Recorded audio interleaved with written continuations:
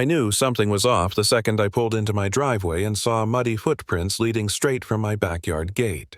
My dog, Duke, was barking his head off. The gate was wide open and my sprinkler was snapped clean in half. Then I saw them, 3 members of the HOA board, standing inside my fenced backyard like they owned the place, clipboard and measuring tape in hand. One of them was Cheryl Whitmore, the queen of this neighborhood, self-appointed ruler of grass height and mailbox color, and she was trespassing on my property. My name's Jaron Elridge. I've lived in Maple Ridge Estates for 8 years.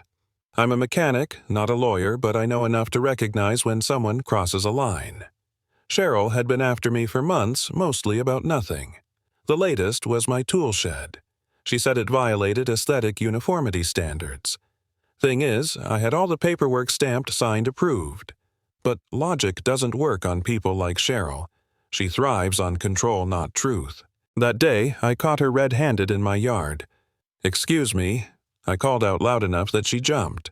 "What the hell are you doing here?" She recovered quick. "Routine compliance inspection," she said, pretending this was all normal. In my yard. Without notice, I stepped closer, jaw tight. "It's within our rights," she replied, folding her arms. "We had probable cause." I laughed. "You're not cops, Cheryl. You're nosy neighbors with clipboards." She didn't even blink. "Expect a formal citation Monday." They walked out like they hadn't just broken the law. I stood there staring at the mud they tracked across my grass, my busted sprinkler, my open gate, and then at the security camera mounted above my shed. They didn't know it was there. But I did. That night, I didn't sleep.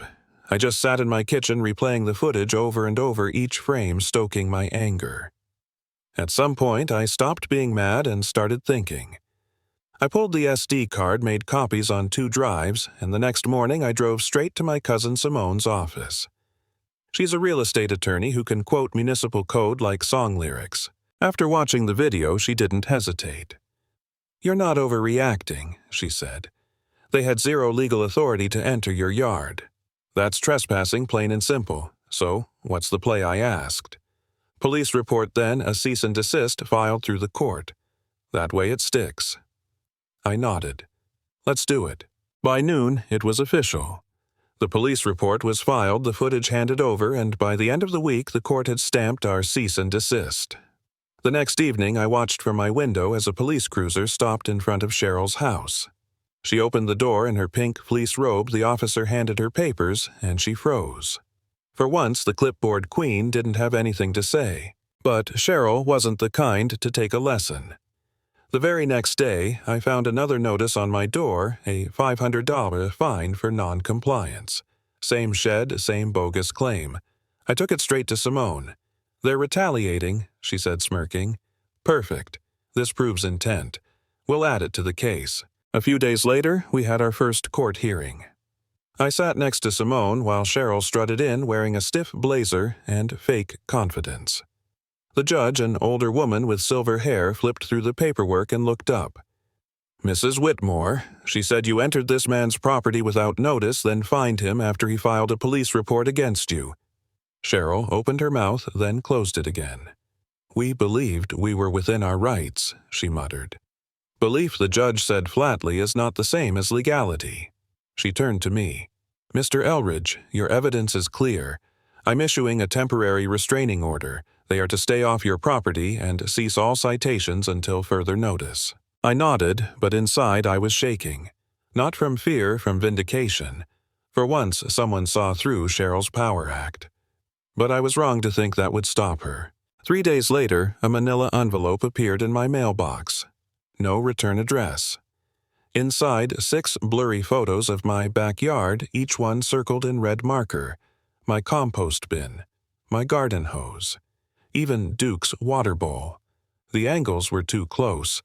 These weren't taken from the street. Someone had been inside my yard again. I drove straight to Simone.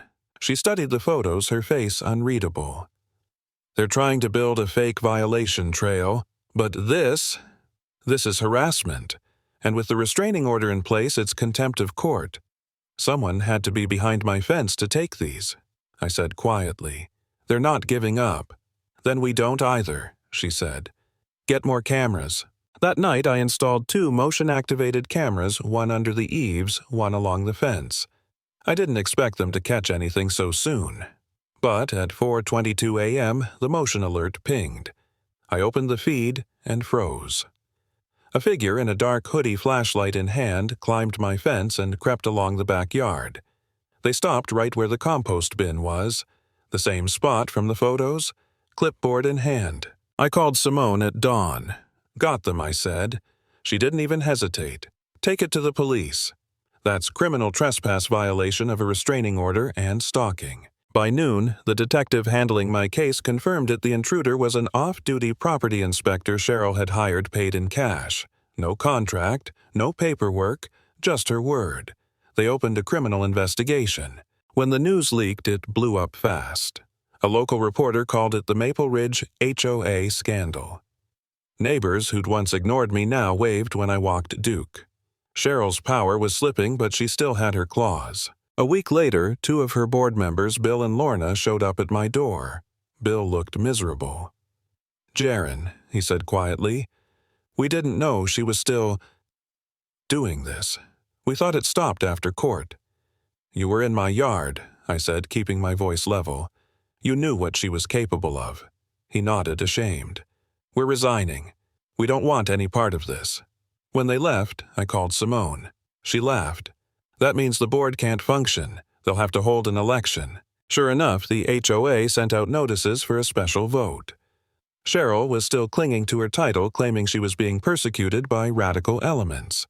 She even mailed flyers accusing me of staging the footage. It would have been funny if it wasn't so desperate. Then the real bomb dropped. The county auditor launched a financial review of the HOA after Simone tipped them off. What they found was worse than anyone expected: unauthorized withdrawals, fake vendor invoices, and payments routed to something called Whitmore Community Services, a non-existent company with Cheryl's name on the P.O. box. 2 days later, cops showed up at her house with a warrant. My neighbor, Tessa, called me from across the street. "They've got her," she whispered. "Cuffs and everything. It didn't feel like victory. Not yet." Maybe because I'd seen too many good neighbors hurt by her greed, people fined into selling their homes, repairs denied for made-up violations. Still, it was justice. A few months later, Cheryl stood trial. The courtroom was packed, residents, reporters, even former board members sitting far away from her. The prosecution laid everything bare: illegal entry, misuse of HOA funds, harassment, and fraud. When they played the footage from my camera, the moment Cheryl stepped into my yard, ruler in hand, you could hear the whole room go silent. Her lawyer tried to spin it. Said she was overwhelmed, just trying to preserve neighborhood standards. But the jury didn't buy it. They came back unanimous guilty on all counts. The judge sentenced her to 4 years in state prison with parole after 2. She was ordered to pay restitution to the HOA and barred from holding any position of authority for 10 years. I walked out of that courthouse with my hands in my pockets, no smile, no celebration. Just quiet. The kind of quiet that feels like balance finally restored. That night, I sat on my porch with Duke at my feet, watching the sun drop behind the shed they tried so hard to tear down. Across the street, neighbors were gathering under the oak tree for the first open HOA meeting in years. No clipboards, no threats, just people talking like humans again. I didn't speak. I didn't need to. My fight was already written into the new rules, the clean books and the cameras blinking gently across half the homes in Maple Ridge. They tried to turn my yard into a battleground. I turned it into a warning. Sometimes standing your ground isn't about winning, it's about reminding people where the line is and what happens when they cross it.